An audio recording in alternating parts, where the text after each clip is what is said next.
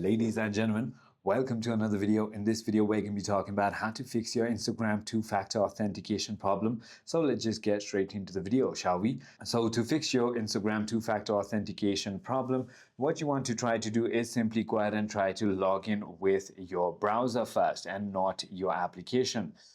This is just Snapchat. You can simply go ahead and search for Instagram.com right over here.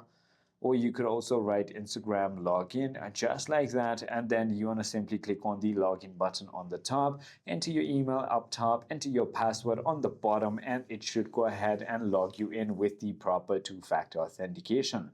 If that is not working, what you want to make sure to do is simply go ahead and try to enable and disable your airplane mode.